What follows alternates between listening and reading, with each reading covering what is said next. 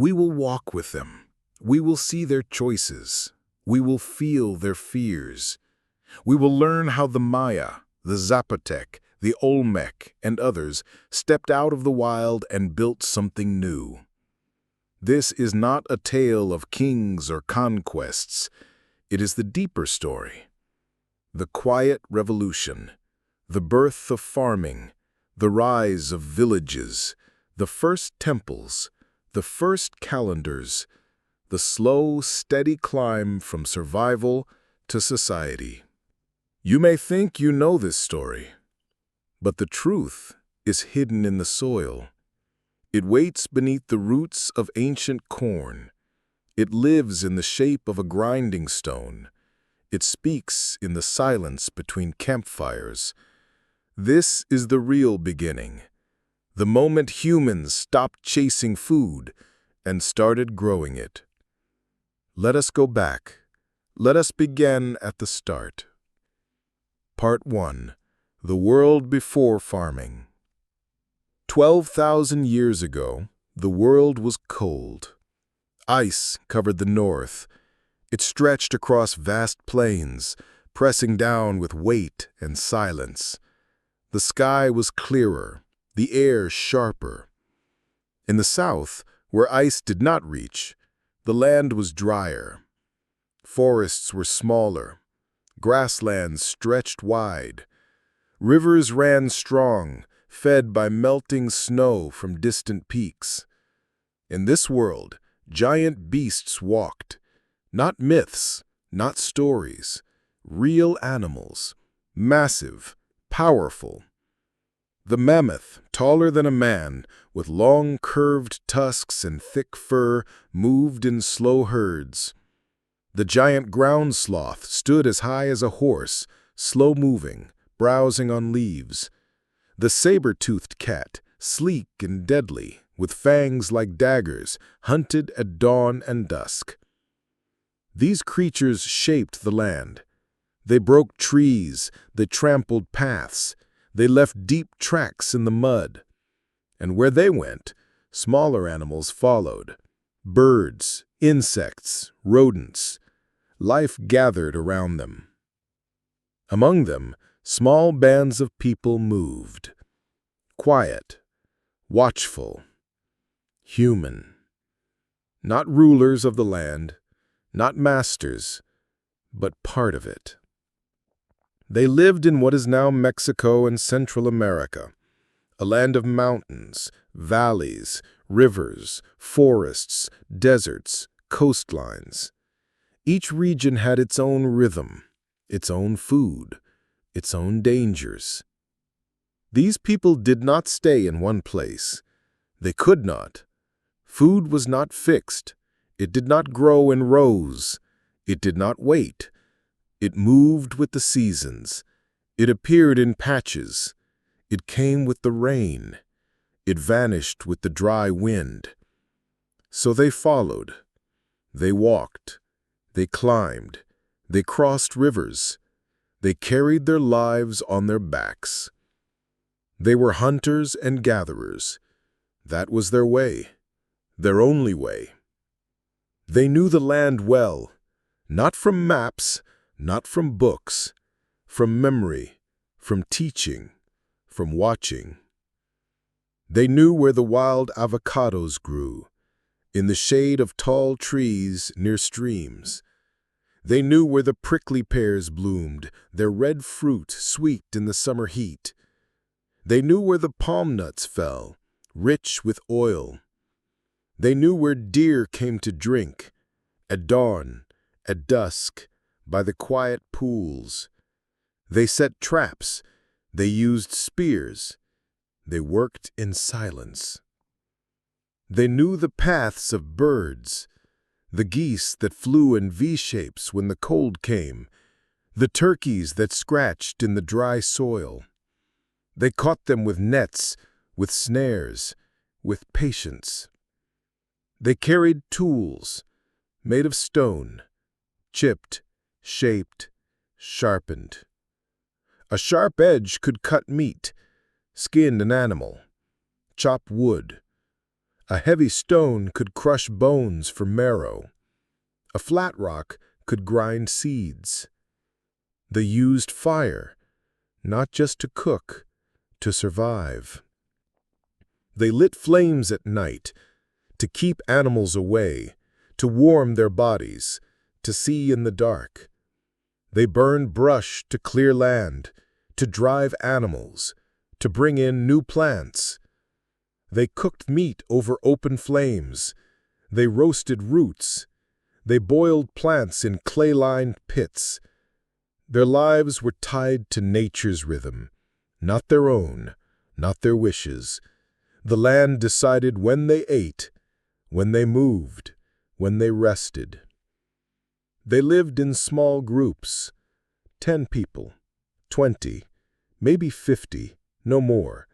Too many would eat too much, too fast. The land could not feed a crowd. These were family groups, linked by blood, by marriage, by shared history. An elder led, not a king, not a warrior, but someone old, someone wise, someone who remembered the drought of long ago, who knew the safe path through the mountains, who could settle a fight with words. There was no writing, no record, no way to store knowledge outside the mind. No cities, no walls, no temples, no farms, no plowed fields, no stored grain, no kings, no armies, no laws carved in stone. Just survival. Each day was a test. Would they find food? Would they avoid danger? Would the child survive the fever? They had no name for themselves, not Maya, not Aztec. Those names came much later. They simply were, part of the earth, part of the cycle. But the world began to change. The ice melted, slowly at first, then faster. Rivers swelled, lakes formed, the air warmed. The giant beasts disappeared. Mammoths, gone.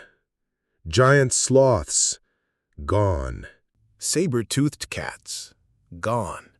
No one knows why, not for sure. Some say the climate changed too fast. The forests shrank, the grasslands dried, the animals could not adapt. Some say humans hunted them too hard. Spears found in ancient bones prove people killed them, not just for food, maybe for safety, maybe for power, or both, climate and hunting, together. Whatever the cause, the result was clear. The old way of life became harder. Fewer large animals to hunt, fewer places to follow. People had to find new food. And they did. New plants appeared, or perhaps they had always been there, unnoticed. Now they mattered. Grasses grew in sunny spots. Beans climbed on fallen logs. Squash spread on the ground, their large leaves shading the soil. And in the Bolsas River Valley, in the hot lowlands of what is now southern Mexico, a wild grass grew. Its name was teosinte. It did not look like corn, not the kind we eat today. Its stalk was thin, its ears were small. Each ear had only a few kernels. The kernels were hard, encased in a shell, like a seed and armor. If you held it, you would not think it was food, not at first, but it could be eaten. People cracked the shells. They ground the kernels. They boiled them. They made a paste. It was not sweet, not soft, but it filled the stomach. And over time, something strange happened.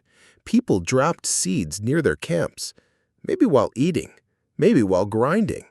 And the next season, plants grew in the same spot, not by magic, by nature.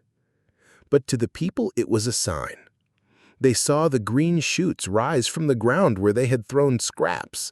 They watched them grow. They protected them from animals. They cleared the weeds. They did not plant on purpose, not yet, but they noticed. They returned to those places because food was there. Certain spots had good water, a spring, a stream, a pond, good soil, dark, rich, not sand, not rock, good plants, not just teosinte, also squash, beans, wild peppers. So they stayed longer, not for a few days, not for a moon, for weeks, for months. They built simple shelters, not tents, not caves, huts made of wood, covered with leaves, with reeds. They dug pits in the ground to store food, to keep it cool, to hide it from animals.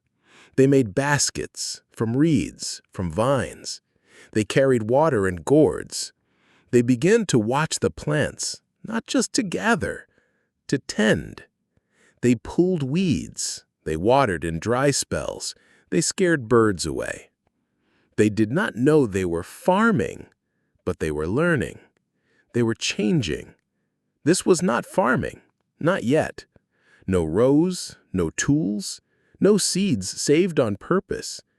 But it was the first hint, a clue, a possibility. What if we could grow food? What if we did not have to move? What if the land could feed us without chase? People began to return to the same places, not because they had to, but because they wanted to. They liked the view, the shade, the water. They liked the taste of the squash, the ease of the beans. They liked not being hungry. So they came back, year after year. They built better shelters, more solid. They made grinding stones, heavy, flat, worn smooth by use. They stored more food. They shared tasks. Women tended the plants. Men hunted. Children gathered. Older people watched, taught. This was the first step. Not a leap, not a sudden idea, but a slow shift, a change in habit, a new way of thinking. Instead of taking what the land gave, they began to ask, can we make it give more? That question changed everything. It was small, spoken in silence, never written, but it was the seed of civilization. Because once humans asked that, they could not stop. They had to try. They had to test. They had to stay. And so, the journey from nomads to farmers began. Not with a shout, but with a thought. Not with a king, but with a hand in the soil. And the world would never be the same. Part 2. The first seeds. The shift from hunting to farming did not happen in one place. It did not happen all at once. It took thousands of years. It happened in many spots, in different ways. But one place stands out, the Balsas River Valley. Here, in what is now southern Mexico, people began to work with teosinte. Teosinte was not corn, but it was its ancestor. Its seeds were small. They were wrapped in hard shells. They did not pop open like modern corn. Eating them was hard work, but people ate them. They ground them, they boiled them. They found ways. Then someone noticed a strange plant, a mutant, a teosinte with more kernels, softer shells. Maybe it grew near a campfire. Maybe the heat changed it. No one knows. But someone saw it and saved the seeds. Year after year, they planted those seeds. They chose the best plants, the ones with more kernels, the ones that stayed on the stalk, the ones that were easier to harvest. This was not science. It was instinct. It was patience. It was hope. Over hundreds of years, teosinte changed. Its stalk grew taller, its ears got bigger, its kernels softened, It became dependent on humans. It could no longer spread its seeds on its own. It needed people to plant it. This was the birth of maize. Not in a day, not in a year, but by slow, steady effort, by choice after choice, by generations of unseen work. Maize was not the only plant. People also grew squash, not the big pumpkins we know, small, hard gourds. They used them for food, for water containers, for tools. Beans came later. They grew on vines. They climbed. They fixed nitrogen in the soil. This helped maize grow better. Together, maize, beans, and squash became the three sisters, a system, a balance. One fed the soil, one fed the body, one held the other up. This was not luck, it was knowledge, passed from parent to child, tested, improved, held close. By 5000 BCE, farming was real. Not everywhere, not for everyone, but in pockets, in valleys, along rivers. People stayed in one place longer. They built more solid homes. They dug storage pits. They made better tools. They were no longer fully nomadic. But they were not farmers yet. Not like we think of farmers. They still hunted. They still gathered. Farming was just one part of life. Yet the seed was planted. The future was growing. Part 3. The first villages. As farming grew, so did people. More food meant more children could survive.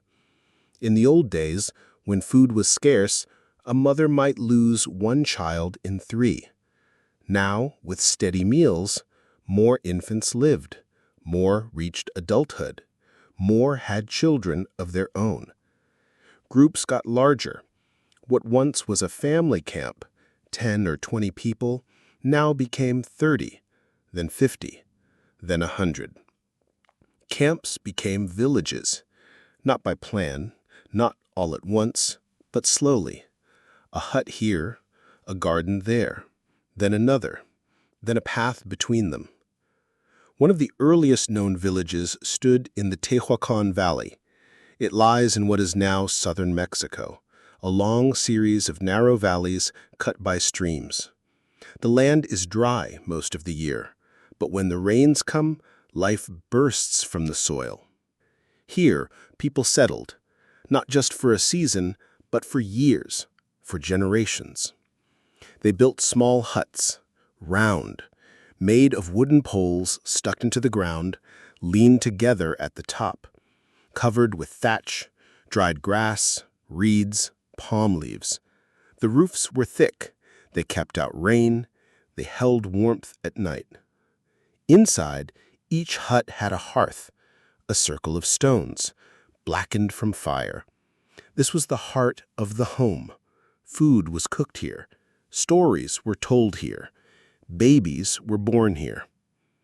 Near the huts, they dug storage bins, holes in the ground, lined with stone or clay, covered with flat rocks. These held maize, beans, squash, dried meat, food for the dry months. They used grinding stones, large flat stones called metates, and smaller handheld stones called manos. Women squatted on the ground. They crushed maize into flour. The sound was steady, scraping, rolling, day after day. They grew maize, not the tall golden rows we know, but shorter plants with smaller ears. Still, it fed them. They grew squash, some for food, some for water containers. When dried, the gourds became jars.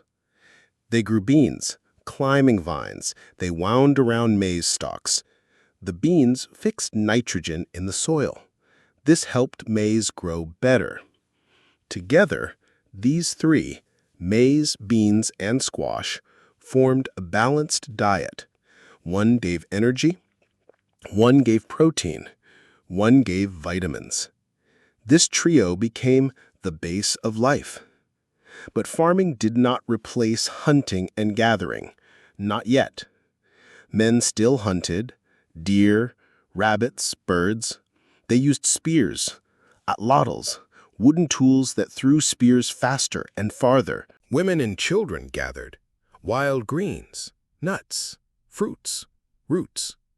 Still, year by year, farming became more important. By 3000 BCE, maize made up 40% of their diet. It was no longer just a snack, it was a meal. By 1500 BCE, it was over 70%. Maize was now the main food. This changed everything. When people stay in one place, they do more than eat and sleep. They build. They dig wells to reach water when the streams dry. They fence gardens with thorny branches to keep out deer, rabbits, peccaries. They make pottery. Not at first.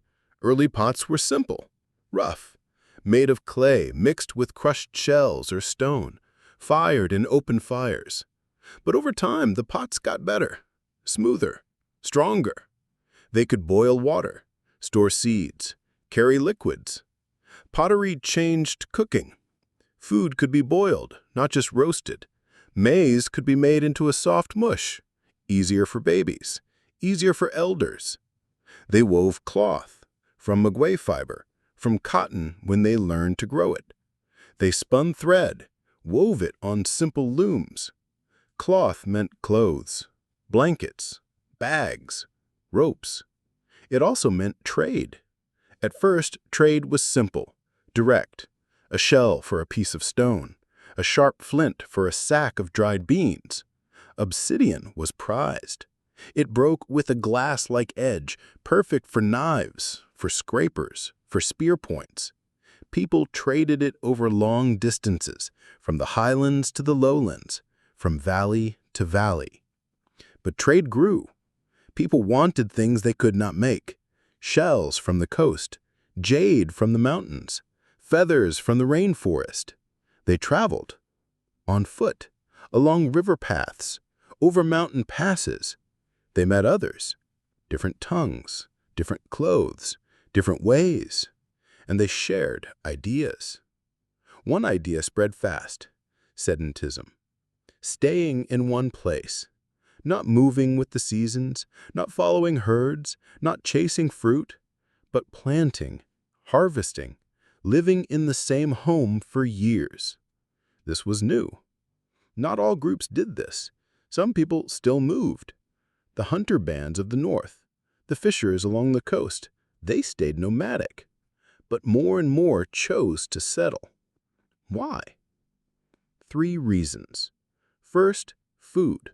Farming gave steady meals, not feast and famine, but harvest and storage. A village could grow enough to last the year. Second, safety. A group in one place could defend itself. They could build walls, set guards, watch for danger. A lone family in the wild was easy prey, for animals, for raiders. But a village stood strong. Third, community. Living close meant help. A sick child could be cared for. A broken tool could be replaced. A lost animal could be found. Knowledge passed from parent to child: how to plant, how to grind, how to heal. Old people taught the young. This is how we did it. This is what worked. This was not written, but it was real. So villages grew, not just in Tehuacan, in the valley of Oaxaca, in the Gulf Coast, in the Maya lowlands. People built more than homes. They built trust. They built routine. They built a way of life. But staying in one place also brought problems. Land had to be defended. Who owned the field? Who can plant there? Water had to be shared. Who gets to use the spring? When? Disputes arose over tools, over food, over marriage. Someone had to decide. Leaders emerged. Not kings, not rulers with armies, but elders. The oldest man, the oldest woman, respected for their years, their memory. Skilled hunters, men who could track, who could lead a hunt. Wise women, healers, those who knew plants, who could ease pain, who could help birth. They settled fights, organized work, led rituals. They did not command, but they guided.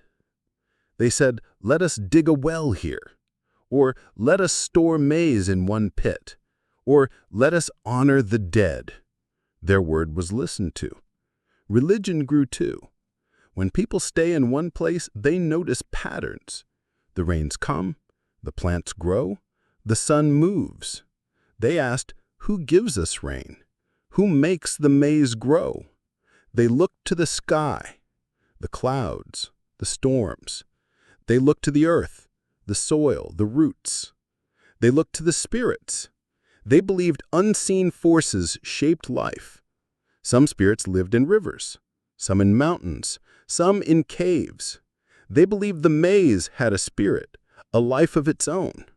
They gave thanks with offerings, with songs, with silence. They began to bury their dead with care. Not just a shallow hole, but a proper grave. They placed the body in a fetal position, as if returning to the womb. They gave offerings, beads, shells, tools, food, a grinding stone, a pot, a knife. Why? They believed the dead went on to another world, a place of rest, of shadow, of memory. The offerings were for the journey. This showed belief in life after death. It also showed respect. The dead were not gone. They were part of the village, still. At San Jose Magote in Oaxaca, people built something new. Small platforms, not temples, not yet, but raised floors made of stone, of packed earth. They stood above the ground. On these platforms, people met to talk, to plan, to decide. They held rituals, they stored food, they placed offerings. This was the start of public space, not private, not family, but shared for the whole village. This was a turning point. No longer just homes, now a center, a heart. By 1500 BCE, some villages had hundreds of people. Tehuacan, San Jose Mogote, Paso de la Amada. They had leaders, they had crafts, potters, weavers, toolmakers. They had trade, goods moved, ideas moved. They had rituals, ceremonies for planting, for harvest, for the dead. They were no longer just groups of families.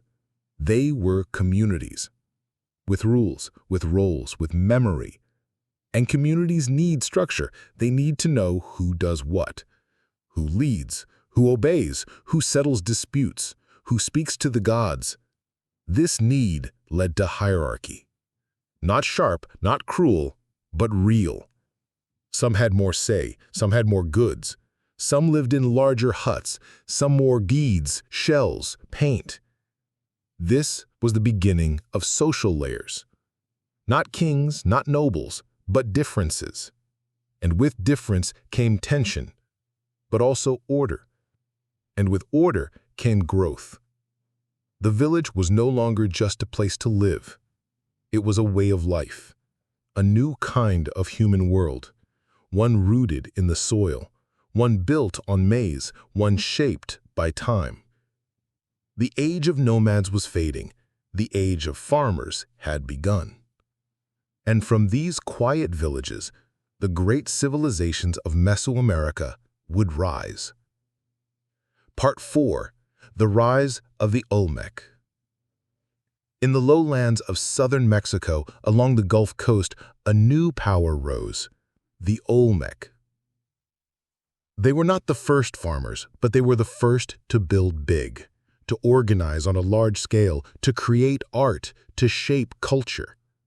Their heart was at San Lorenzo, then La Venta, then Tres Zapotes.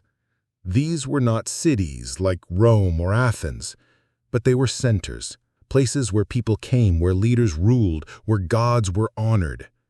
The Olmec did not write, but they left stone. Huge stone, massive heads, 20 in all.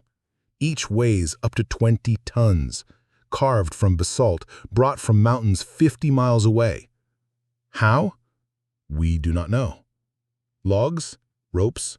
Thousands of hands? Each head has a unique face, a helmet, a stern look. These were not gods. They were rulers, real men, made eternal in stone. The Olmec grew maize, but they also controlled trade. They had access to jade, to obsidian, to rubber, to cacao. Rubber was special. They mixed it with juice from a vine. It became elastic. They made balls for a game. The ball game was not just sport. It was ritual. It was tied to the cosmos, to life and death, to the sun and the underworld. Players wore pads. They hit the ball with their hips. The goal was not to score, but to pass it through a stone ring, high on the wall. Losing could mean death or sacrifice. We are not sure. But the game spread to the Maya, to the Zapotec, to the people of the Valley of Mexico. It became central. The Olmec also shaped religion. They worshipped a jaguar god, part human, part cat, a creature of the earth, of caves, of power. This jaguar spirit appeared in art, in masks, in thrones. They also tracked time. They used a calendar. Based on 260 days, it mixed numbers and signs. It told when to plant, when to pray, when to rule. This calendar passed to others. It became the Tonalpohualli for the Aztec, the Tzolk'in for the Maya. The Olmec did not last. San Lorenzo fell by 900 BCE. La Venta by 400 BCE. Why? We do not know. Floods? War? Soil exhaustion? Internal strife? But their ideas did not die. They flowed north, east, south. They reached the Maya, the Zapotec, the people of the Valley of Mexico. The Olmec were the first great culture of Mesoamerica, the mother culture, the seed. They showed what was possible. Deep in the rainforest, the Maya rose. Not fast, not loud, but steady, smart, persistent. They lived in the lowlands, in what is now southern Mexico, Guatemala, Belize, Honduras. The land was wet, thick with trees, full of life, but hard to farm. Yet the Maya learned. They cleared land, they burned the brush, they planted maize. But the soil was thin, it lost nutrients fast. So they built petcot, stone walls around fields, to hold soil, to stop erosion. They dug canals to drain water, to grow food in wet areas. They used raised fields, like garden beds, on top of flooded land. They studied the sky, the sun, the moon, Venus. They built observatories, simple ones at first, then complex. They made a calendar, more than one. One had 365 days, like our year. It tracked seasons. The other had 2060 days, for rituals. They mixed them. Every 52 years, the cycles aligned. A new cycle began, a time of fear, of renewal. The Maya wrote. They used glyphs, carved in stone, painted on walls. Each glyph was a word, or a sound, or a name. They wrote history, kings, wars, gods, dates. They built cities, not all at once, slowly. El Mirador, the Call, Calakmul, Copam. The Call grew big. By 300 CE, it had 60,000 people.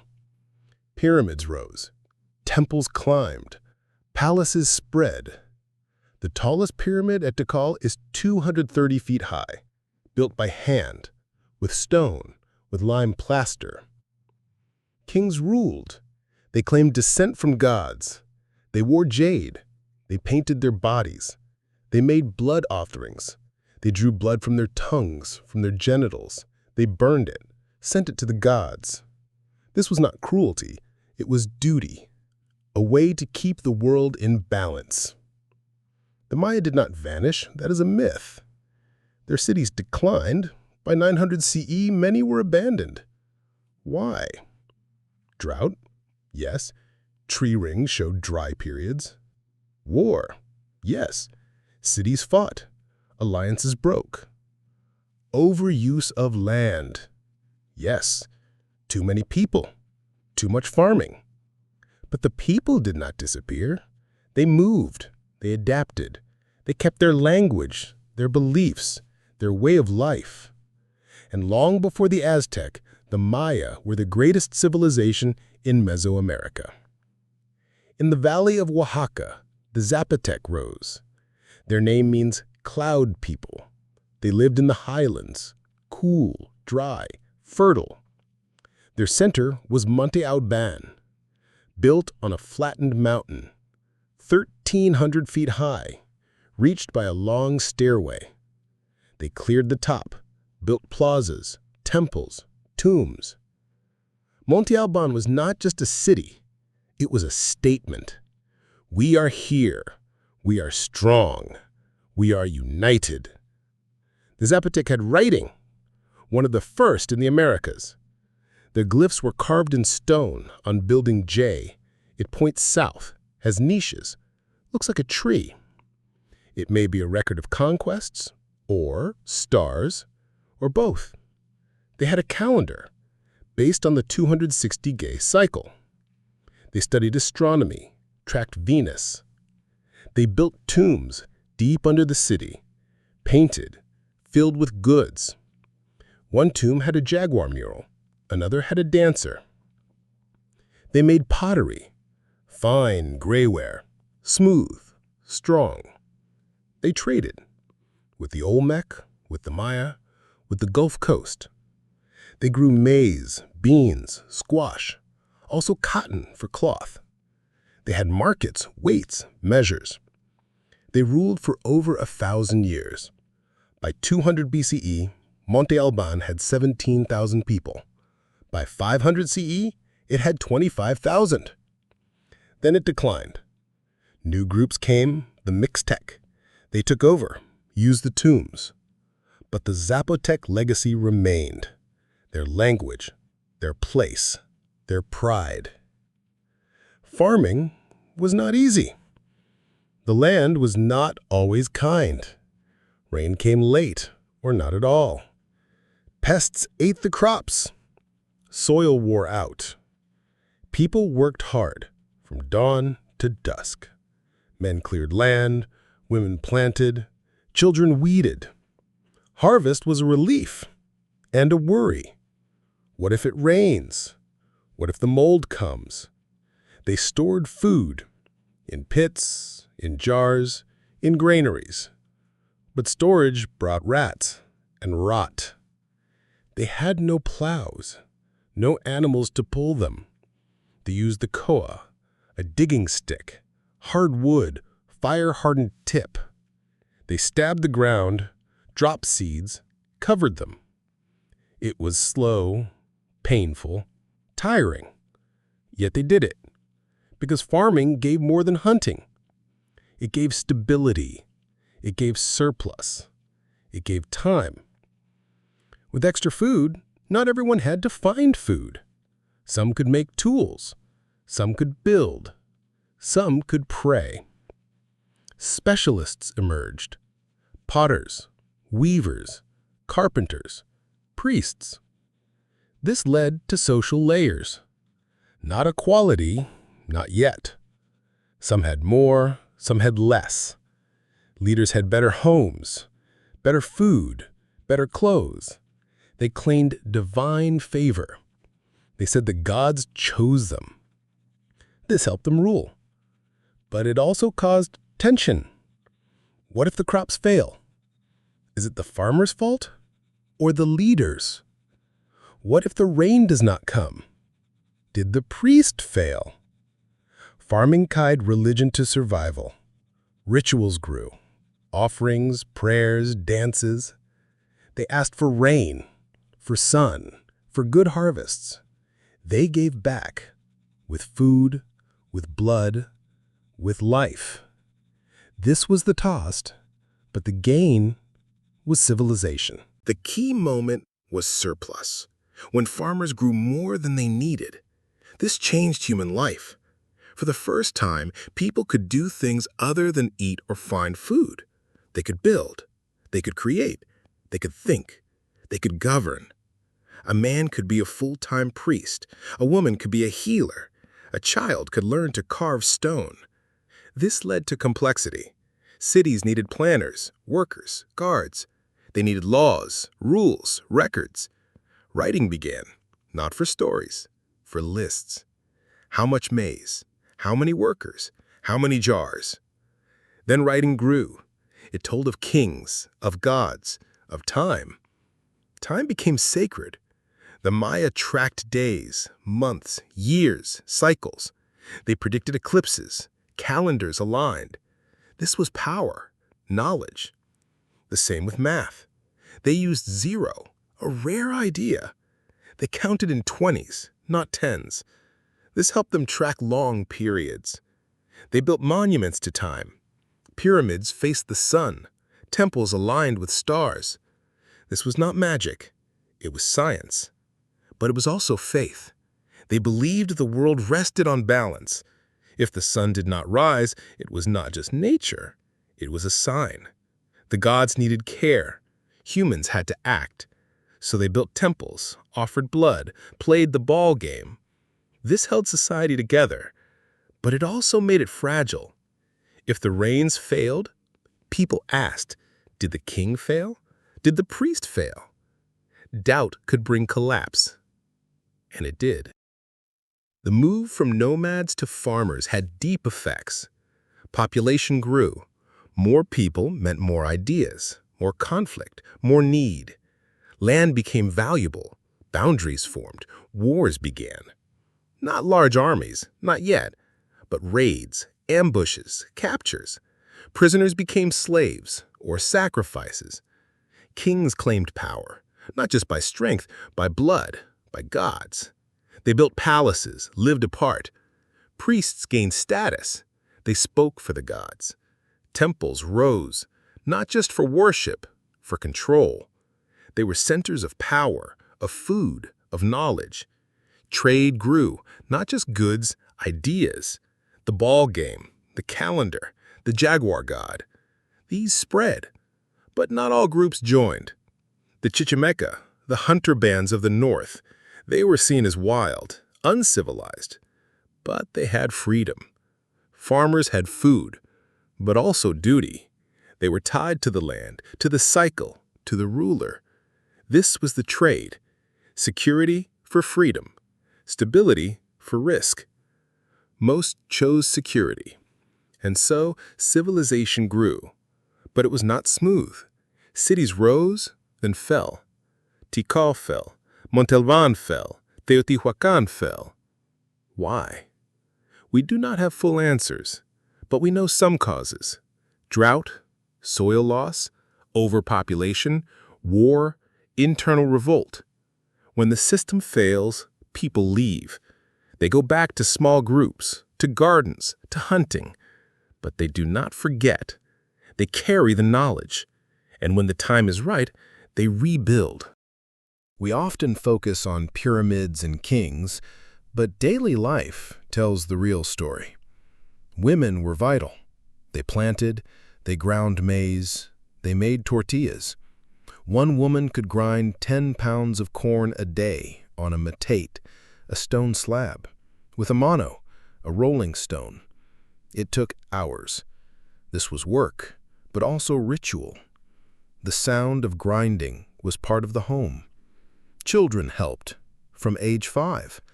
They weeded, they fetched water, they watched birds. Old people taught. They told stories. They remembered droughts. Houses were simple: wattle and daub, thatch roofs. No glass, no metal tools. Light came from fire, water from rivers or cisterns. They bathed daily. Steam baths were common, temazcales, like saunas. Health was tied to balance. hot and cold, wet and dry. Illness meant imbalance. Healers used plants, prayer, massage. Dentistry was advanced. They inlaid teeth with jade, not for beauty, for status. They had no wheels for transport, but they used them in toys. The wheel was known, but not used. Why? No draft animals, no roads for carts. Everything moved by foot or boat. Trade routes were footpaths. Porters carried loads with tump lines, straps across the forehead. They could carry 50 pounds for miles. This was the network. No money, but trade by barter. Cacao beans were used like coins. Later. But early on, it was direct exchange.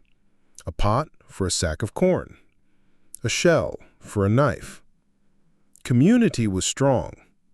Names were important. Titles. Lineage. A person was not just a body, but a link in a chain. The past lived in the present. Ancestors were honored, buried under homes. Their bones were consulted, in dreams and visions.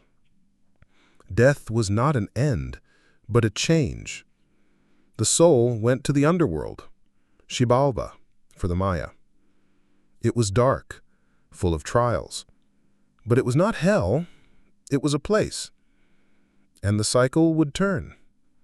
Life, death, rebirth. Like maize.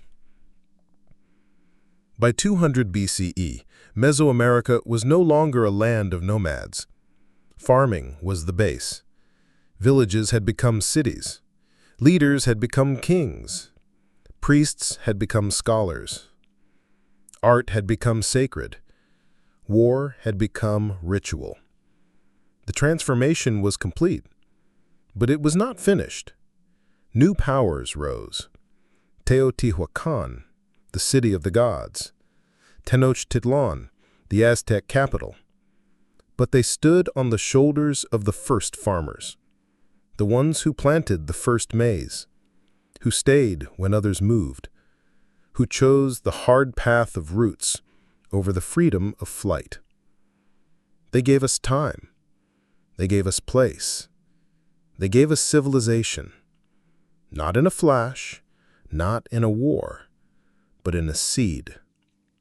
Planted, tended, grown. And from that seed, a world. We began with a question. How did humans go from wandering to building? The answer is not in a single event. It is in 1,000 choices. To stay, to plant, to share, to believe. The Maya, the Zapotec, the Olmec, and others did not start with pyramids. They started with a digging stick, with a seed, with a hope. They faced drought, hunger, doubt. But they held on. They learned. They built. And in the end, they created a world. Not perfect, not eternal, but real. A world of corn and stone, of time and faith, of life rising from the soil. This is the birth of Mesoamerican civilization. Quiet, deep, true, and still in the roots of every maize plant, still growing.